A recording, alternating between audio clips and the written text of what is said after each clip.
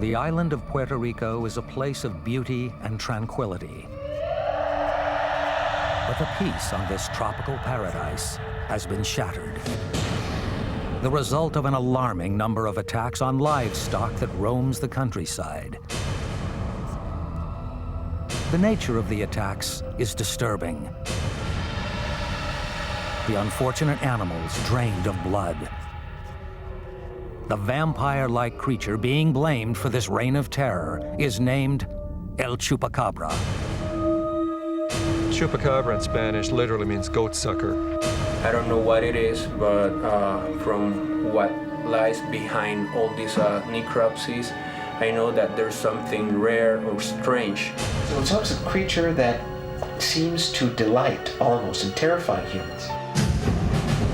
Animal X travels to Canavanas on the northwest of the island of Puerto Rico, which is believed to be the birthplace of the gruesome phenomenon that is El Chupacabras.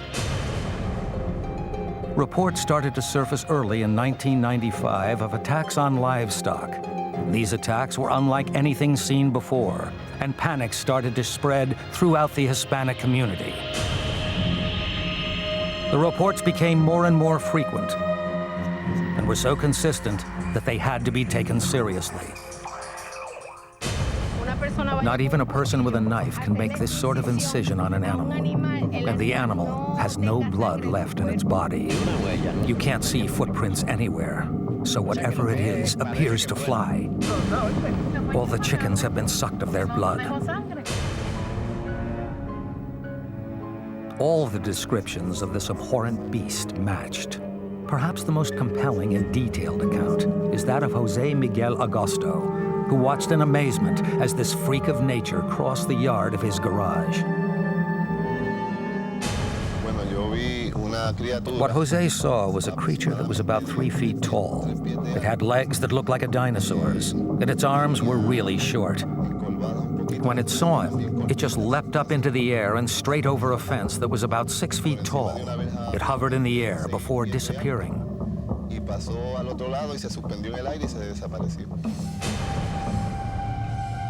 The physical evidence that El Chupacabra leaves in its wake is the clearest indication that there is something out there that no one can explain. Dr. Carlos Soto is a veterinarian. He has seen firsthand just what this beast is capable of. Primarily, the injuries were like small puncture wounds, 1 centimeter in diameter.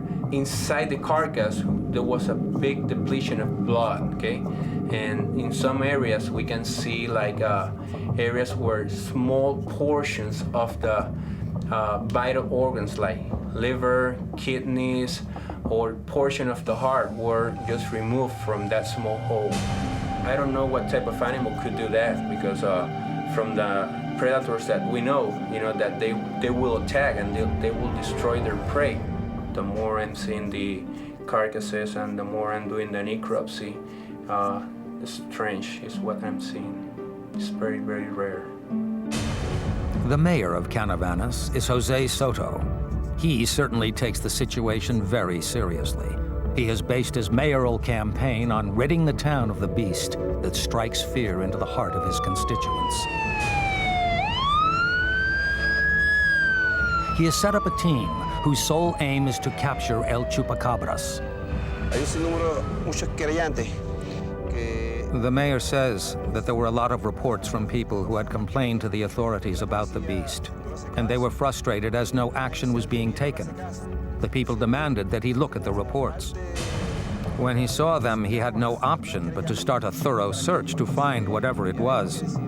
It has been a very difficult task, so it is extremely intelligent, whatever it is. An animal that appears to levitate, that sucks its victims dry of blood through a small hole. It appears to look like nothing any animal seen before. What is the Chupacabra? Mr. Domingles is a farmer in Canavanas. He has experienced a Chupacabra's attack and lost animals to this hungry beast. When he found his turkeys, all of them were dead. They were in one piece, but they were drained of their blood. Mr. Domanglis believes that the chupacabra is the result of an experiment that the Americans have done.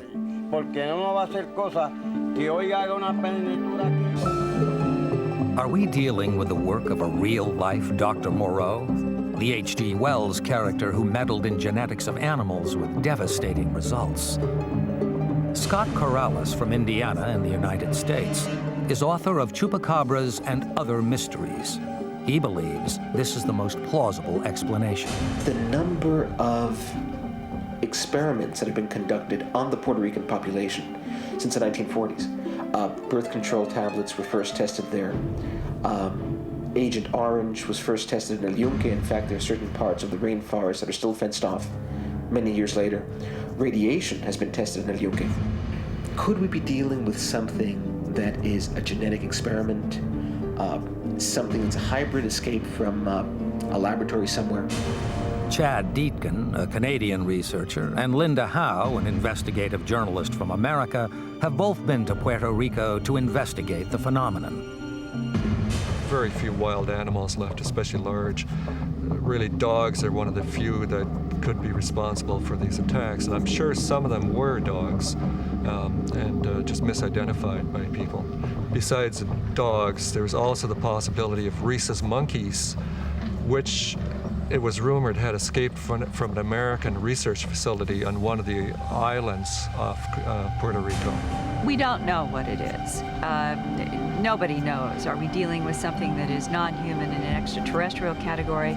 Are we dealing with some sort of an aberrant animal crossbreed experiment that went awry? Researchers agree that there is much more for us to uncover about this mysterious creature. But they are in no doubt that people are seeing something they can't explain, and thousands of animals are being drained of blood. And until someone can prove otherwise, the legend of El Chupacabras will continue to terrify the people of Puerto Rico.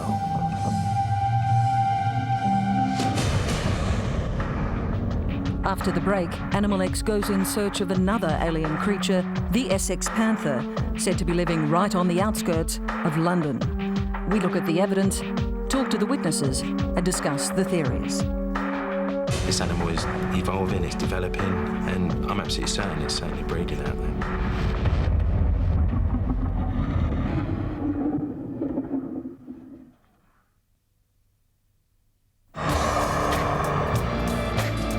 Welcome back to Animal X. They're ambush predators normally found in India and South America.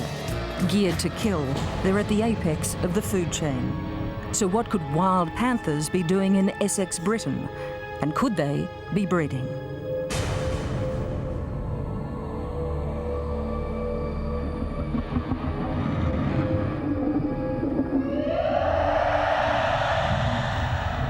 Wild big cats have been reported in Britain for many centuries.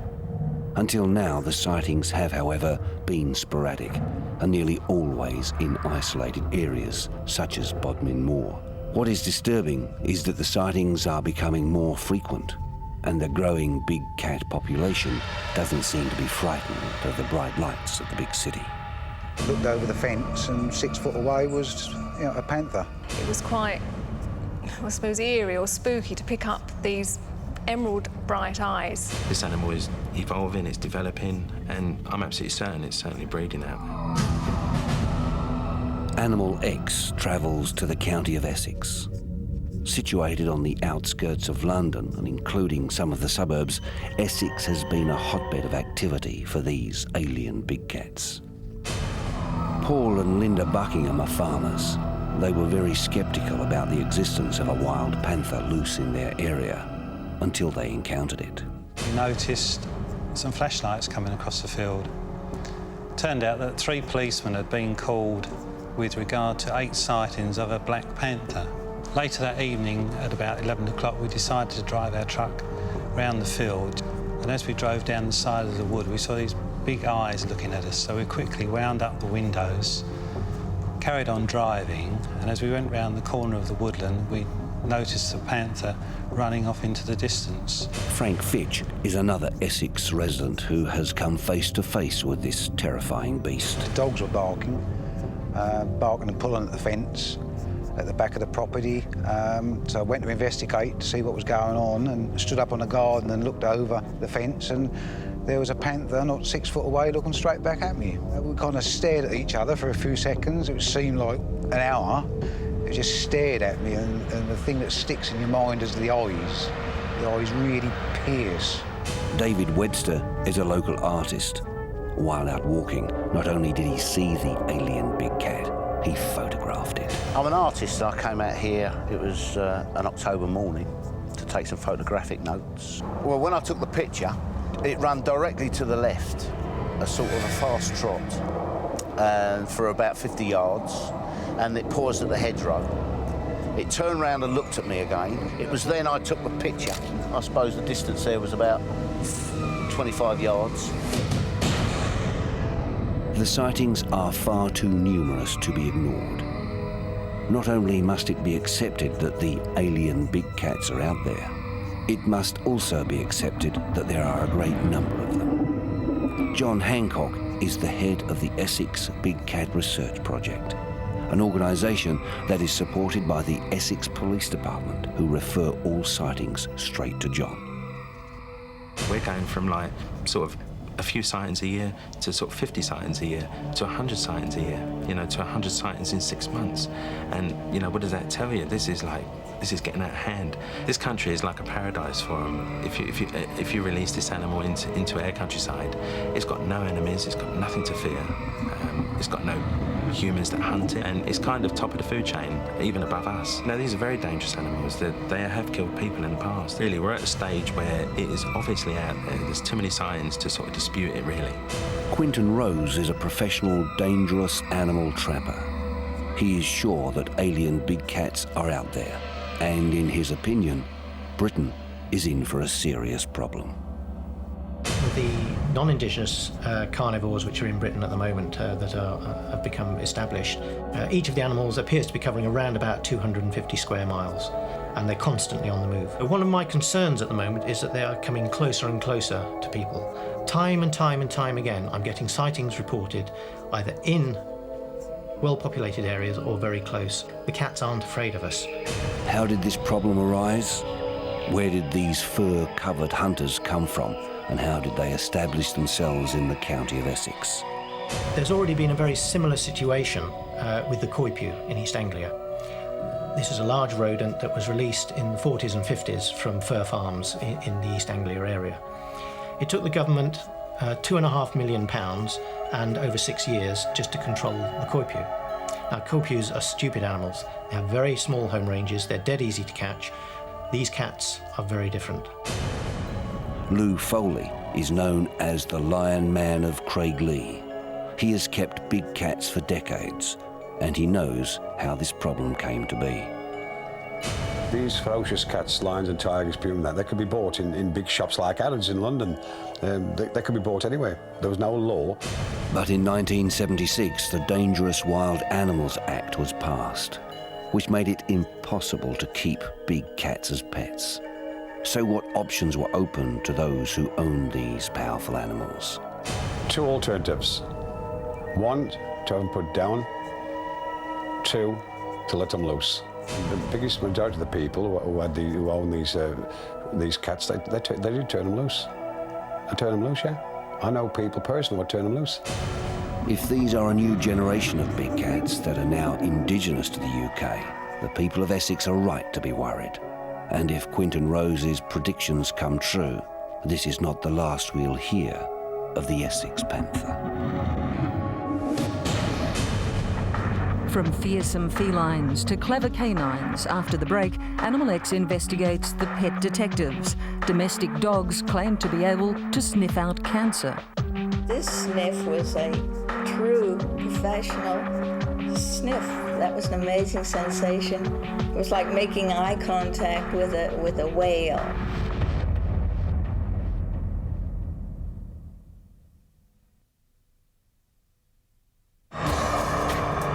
Welcome back. We all know animals can possess amazing powers, but do they extend to saving us from terminal illness? Time now to meet the pet detectives, dogs with an uncanny ability to detect cancer. the dog is still one of man's best friends.